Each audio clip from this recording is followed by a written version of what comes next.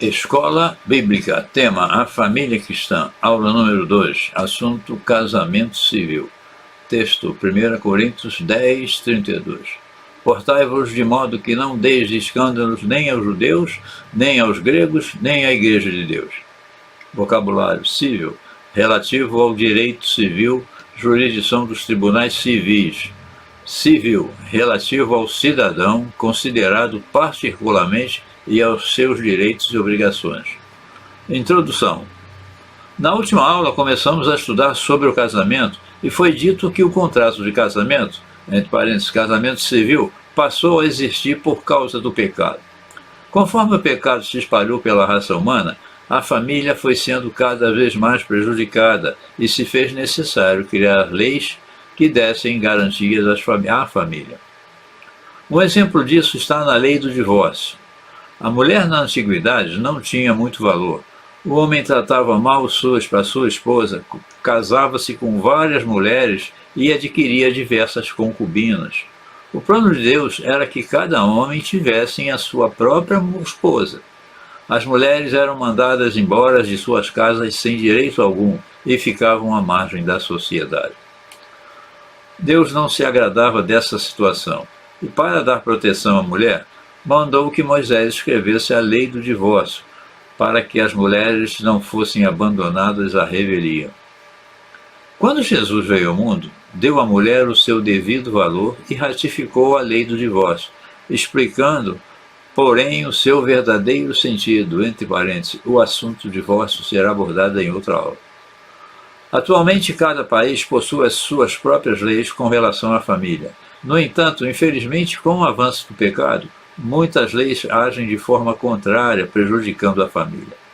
O Senhor mostra o que é melhor para a família e, através de sua palavra, nos ensina como a família deve viver em todos os aspectos. Parte 1. O casamento civil e o princípio da autoridade. O primeiro motivo pelo qual o crente deve casar no civil está no princípio de autoridade e obediência às leis. Mencionei na introdução que o casamento por força da lei surgiu devido ao pecado. Quando Deus instituiu a família, não existia o pecado. E, portanto, o homem era inocente, não havia distorções em seu comportamento. Surge, então, a seguinte pergunta. Se o casamento civil passou a existir devido ao pecado, por que o crente que foi livre do pecado deve obedecer a esta regra?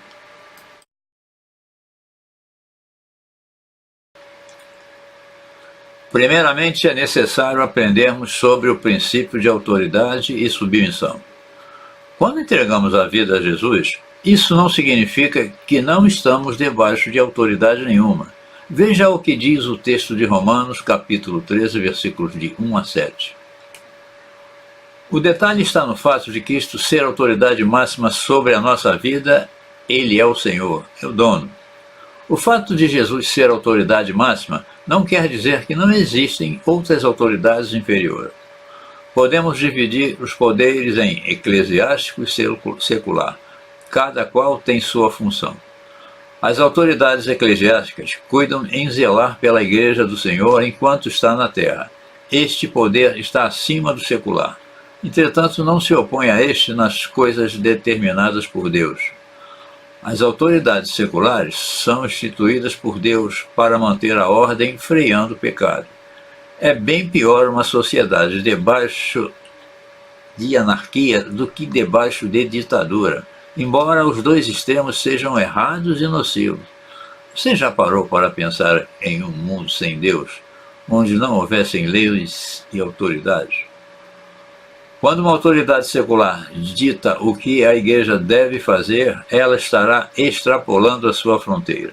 A mesma regra serve para a autoridade na igreja, quando esta quer se meter no âmbito secular, foge da sua alçada. A lei máxima para o cristão é a palavra de Deus. Todas as regras e estatutos eclesiásticos deverão ser conforme a palavra de Deus. Porém, quando se trata de leis da sociedade, muitas vezes elas poderão ser contrárias à palavra de Deus. Neste ponto, será um momento de não obedecê-las. Devemos obedecer às autoridades seculares e às leis de nossa pátria, desde que não sejam contrários à autoridade máxima, ou seja, que o Cristo determinou para cada um de nós em sua palavra. Não roubar, pagar impostos e muitas outras leis devem ser obedecidas, assim como aceitar casamento de homossexuais fere o princípio da palavra de Deus. A autoridade que criou esta lei passou do seu limite e, portanto, esta lei não deverá ser obedecida. Não somos deste mundo, mas se somos peregrinos nele, devemos obedecer às regras. Veja 1 Pedro 2, de 11 a 25. Exemplo, se eu estiver no Japão, obedecerei às leis daquele país. Do mesmo modo, se estou no mundo, devo obedecer às leis do local no qual estou vivendo. Resumindo, o casamento civil foi criado para proteger a família e estabelecer regras de direitos e deveres para os cônjuges. Se somos cidadãos brasileiros, devemos obedecer a esta lei e suas regras. Parte 2. O casamento civil e o princípio de testemunho. Como vimos na leitura introdutória, não devemos nos portar de modo a causar escândalos. Nem mesmo entre ímpios honestos o comportamento de um casal que se junta sem casar é aceito. A palavra de Deus é bem clara. Veja a 1 Tessalonicenses 5:22. O crente foi chamado para ser sal e luz, portanto não deve andar conforme os padrões da sociedade. Livro de Romanos 12:2.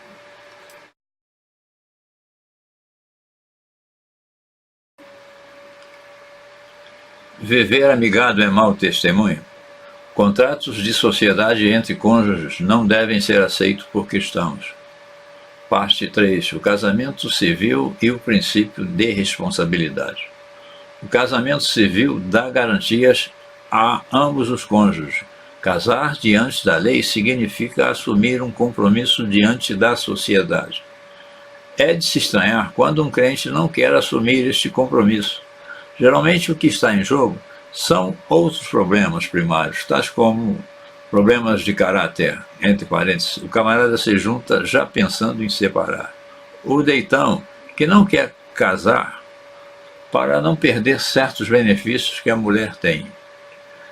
Parênteses, o camarada que quer ficar amigado com a filha do militar para não perder a pensão, etc, etc.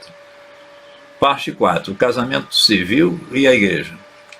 Nenhuma igreja evangélica séria casará a alguém sem que este alguém se case no civil. Vou repetir.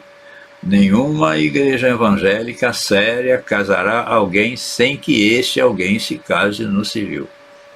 Baseado em todos os argumentos anteriores, uma igreja evangélica que tem Bíblia como regra de fé jamais realizará casamento religioso sem que os cônjuges casem no civil.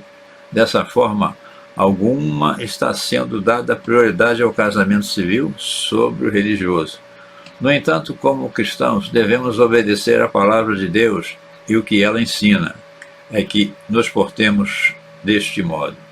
Se o casamento civil fosse mais importante, não seria necessário a bênção de Deus na igreja. E o casal, após casar-se no civil, poderia morar junto.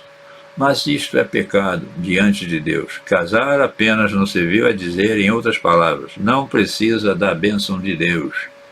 Conclusão. O casamento no civil deve ser observado pelo cristão. Tanto o casamento civil quanto religioso são importantes. Quando um casal vive amigado, diante de Deus está em pecado, no mínimo, de desobediência e fornicação. Esse texto é do pastor Ricardo Correia de Matos.